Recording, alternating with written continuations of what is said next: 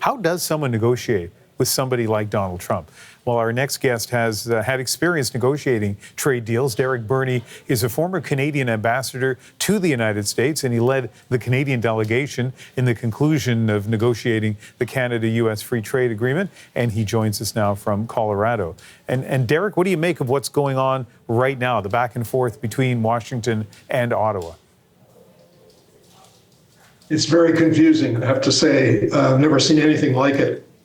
And it just compounds the difficulty of negotiating with an administration that changes its mind as often as it changes its socks. I think what Canada is doing is the right thing. We should be retaliating in the understanding that, I don't know what this 1 month reprieve on autos is worth, quite frankly. Maybe the automakers want to get through their fiscal year before they bear the brunt of the tariff. I don't know what the rationale was for that. There's talk of other carve-outs. It's a very confused situation. The sooner the two countries can get to the table and actually negotiate something rather than talking about something, the better. There's no recipe for dealing with Donald Trump in a negotiation other than the understanding that he has to be portrayed as a winner in whatever is being negotiated. But I think we're adopting the right strategy so far. I like what the Prime Minister had to say directly to the American people. I like what Premier Ford is saying and planning to do. The only real answer, in my opinion, is to get across to American people beyond Washington just how bad these tariffs are going to be for them.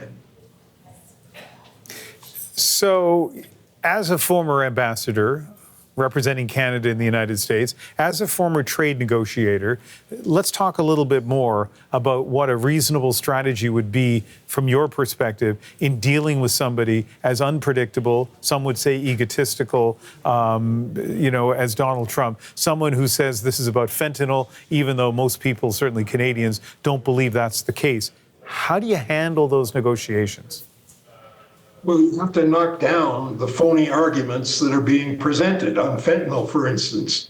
That's a bogus argument, as our foreign minister reportedly said earlier today. And we did a lot on it. We have increased surveillance at our border, and we've reduced the traffic, both fentanyl and people, to a minimum. If we have a concern, it's probably that more illegal immigrants in the United States will choose to flee to Canada given the mass deportation that's underway. The quickest solution probably would be to propose a renegotiation of the USMCA as quickly as possible, to get the countries to the negotiating table, take the politics out of it for a while. That's particularly important for Canada, since our politics are going to be a bit fluid for the next month at least, if not longer. So that my advice to whoever I would be speaking to would be, get to a negotiating table whatever way you can.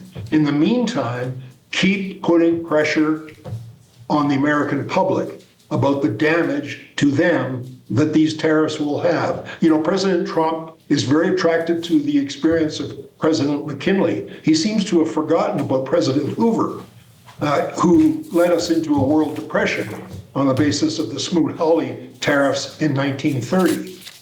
We've got to stick to our guns. We cannot, as Premier Ford said, we can't buckle on this. We don't deserve this treatment. We did nothing wrong. What the Americans are doing violates not only the USMCA, not only the WTO, but any conventional trade norm. We can't take that from them. We should not take that from them.